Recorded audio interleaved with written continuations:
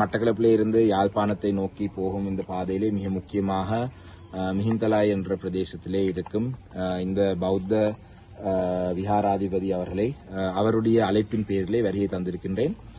மிக முக்கியமாக அவர் எனக்கான அழைப்புதல் தந்ததுக்கான காரணம் குருந்தூர் மலையிலே நடந்த ஒரு மிக முக்கியமான ஒரு விடயத்தை பற்றி தெளிவுபடுத்துவதற்கு.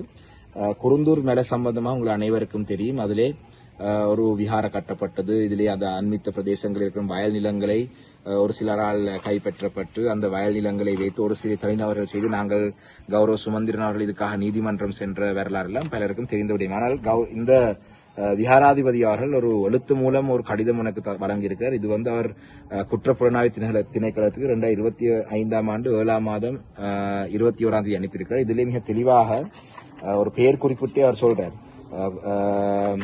அதாவது தொல்பொருள் திணைக்களத்தினுடைய பிரதி அத்தியட்சகராக செயல்பட்ட ஜெயதிலக் என்ற நபர் இந்த தேரர் அவர்கள் மிக தெளிவாக சொல்லியிருக்கார்.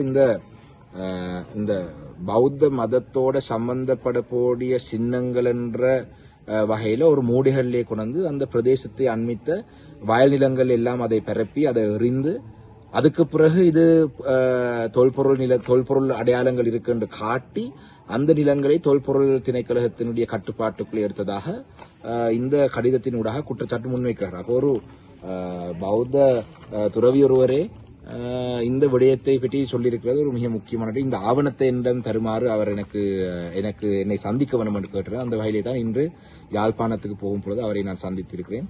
அதே போலதான் சமகால அரசியல் தொடர்பாக அவருடைய பல விடயங்கள் சம்பந்தமாக அவருடைய நிலப்பாடுகளையும் அவருடைய கருத்துகளையும் சொல்லியிருந்தார். அதே போல அவர் எனக்கு ஒரு கோரிக்கை முன்வைத்திருக்கிறார்.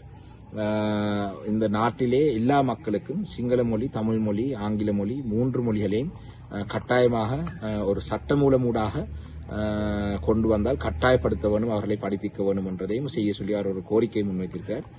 நிச்சயமாக இந்த விடயம் தொடர்பாக என்னுடைய கவனத்தை நான் செலுத்துவேன் என்ற வாக்குறுதியை அவருக்கு நான் வழங்கியிருக்கிறேன். நன்றி. ඔයා කියන්නේ පුරාවිද්‍යා පනතෙන් අවභාවිතා කරන්න එපා.